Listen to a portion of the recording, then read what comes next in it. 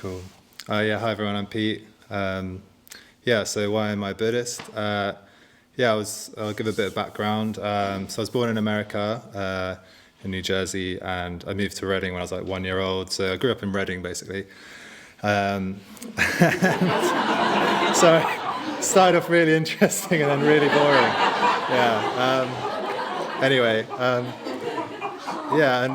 My parents, they loved art and music and philosophy, and especially music. And I had a brother and sister, two sisters and one brother. And so it was nice growing up with them, but there was also a lot of conflict. There was mental illness. My mum was very mentally ill with manic depression, and so that was like a big challenge growing up.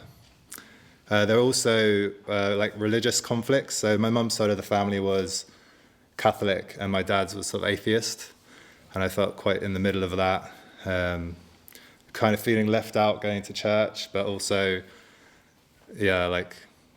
not wanting to be left out, like not against it and not for it. So I was quite confused, sort of spiritually as a child.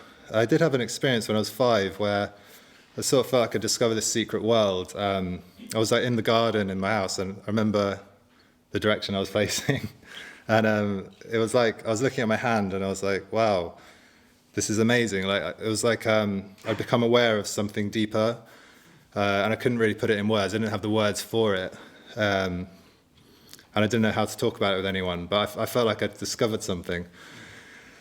And that stayed with me. So I sort of discovered, in my teens, I discovered philosophy and drugs as well, and music.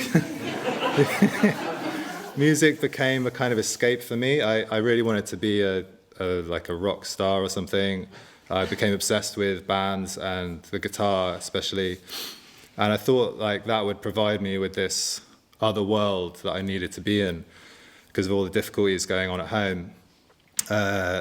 And so when I came to leave school, I spoke to my music teacher, and he said, "What are you going to do?" And I was like, "I'm going to go to India and find myself." I didn't really know what that meant, but he said to me, "Oh, you should speak to this piano teacher called Paul." And Paul sort of took me to some meditation classes, and it was a kind of it's called the School of Practical Philosophy. And so they're like weekly classes, and you could like learn to meditate and learn about philosophy. And that really helped me. And I learned to meditate at 18. And my first experience meditating was like really, really powerful. I kind of felt like a very strong experience.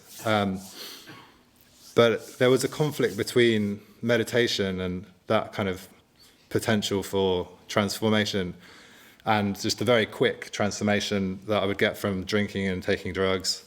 And so that kind of led me through my 20s into a more of a kind of addictive patterns. So I was in bands, and I would perform and tour around. And I basically went for a lifestyle that would support being kind of drunk and on drugs a lot. And it was like, a lot of it was fun, but a lot of it was very not fun as well. And so the meditation sort of took a back seat. And all that time was really characterized by this sort of craving for connection, I feel. And so through these sort of experiences, I would get like a connection with someone, but then very quickly after that connection was gone, and I would feel alone and sort of disconnected. So that kind of took me along like for the next 15 years, really. Worldly pleasures, a bit like, the Berlin techno parties, except not so glamorous. And it's like, London house parties. But they were, it was still good fun, staying up all night, making music, that kind of thing. And one time I was in Rotterdam, and I basically was an addict. So I was in Rotterdam with my band, and I'd found some drugs from someone, and I was like, oh, let's go and do this. And I walked into a field, what I thought was some grass, but it was actually a canal. So I fell into this canal because it had all the green moss on it. So it looked like Anyway, and I walked in, and I was like, as I stepped in, I was like, what? Something's wrong here. And it took me a while. I was like, oh, okay, it's water. But somehow I managed to keep my hand above water with the drugs in it. And I think at that moment I knew something was wrong.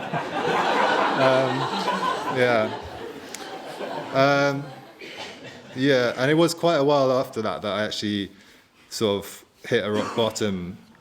And my mum, her condition like worsened over the years, and she ended up taking her own life 6 years ago. And that was very, very challenging, and that sort of led me to a spiral. And around the same time, I also had a short-term relationship, which resulted in a pregnancy. And so I have a son as well, and he's 5 years old, and he lives in Brazil. He's basically, we weren't able to form a relationship when he was conceived, and because his mum was from Brazil, it was best for her to move there to be with her family. So now I've sort of got this situation where I have a 5-year-old son in Brazil, which is amazing. And it's obviously it comes with challenges, but I'm very happy that I do. He's called David, and I'm going to go and see him in February. We know each other, we speak on Skype and all that. So anyway, just back to that kind of rock bottom time. It took about 18 months of that like downward spiral until I kind of decided that I needed to get help. So I got into like the 12-step programs, and something started to change. My direction in life changed. I found that service, like coming into meetings and making tea for people, there was a real difference. Like rather than being full of self-pity, it was like, oh, I'm actually helping someone. And that kind of really transformed my sense of self-esteem. Just that little thing of helping others. It's also helped my relationship with my son. I started learning Portuguese. And so after about 3 years in recovery, I made a vision board for a spiritual life, because as I'd started off in life with this sort of idea that there was a secret world that was something more. And then obviously I'd forgotten about it, but I'd not forgotten about it, if you know what I mean. And then I'd remembered, like, oh yeah, this thing, this spiritual life, like what's going on there. And I realized I have to live my spiritual life. Like I have to, if I want it, I have to go and sort of get it in a way. So I made this vision board, and I put the Buddha on there, and I put different figures on there. It wasn't just the Buddha, but about 2 weeks later, I got an email from that London Buddhist Centre saying, come on the meditation challenge. So I kind of took it as a sign. I was like, okay, this is it. I asked for it, and here it is. So I started going. I went. That was during the tail end of the pandemic or something, the lockdown stuff. And I did the meditation challenge. I did the Life of Full Attention online, the course with Maitreya Bandhu. And I was just sort of like following the breadcrumbs. I didn't have a plan, but I was just kept going, because everything that I got from the London Buddhist Centre seemed to resonate with me in a way that I felt I needed. So the first chance I got to go on a retreat, I did. And there were only 16 people, because it was a socially distanced retreat. So we had our own rooms, which was really nice. Sorry, Luke. I love sharing with Luke as well. He's great. But what I felt on this first retreat was this huge sense of relief. Like, wow, this is amazing. Like, it just really, I don't know, like, compared to my life at home and how I was living, I was in a relationship at the time, and it wasn't going too well, but, lockdown didn't help and everything. And obviously the last 5 years were really challenging for me. But, I felt like a sort of sense of coming home, really, like this retreat place where I could grow. So shortly after that, I became a mitra. I felt resistance to that, but I had enough faith to go through with it, and I'm really glad I did. And I've also moved into community, so I live with a few order members and other mitras. And in the community, I find there's this support, mutual support, and a shared vision. where we can sort of live by the values that we all hold in high regard. It's also helped me to reframe my relationship with music and how I want to express myself in the world as an artist. And I think most of all, it's opened up that secret world again where magic is possible. Like in Kusala Sara's talk last night, we don't know who we're sitting next to, you know.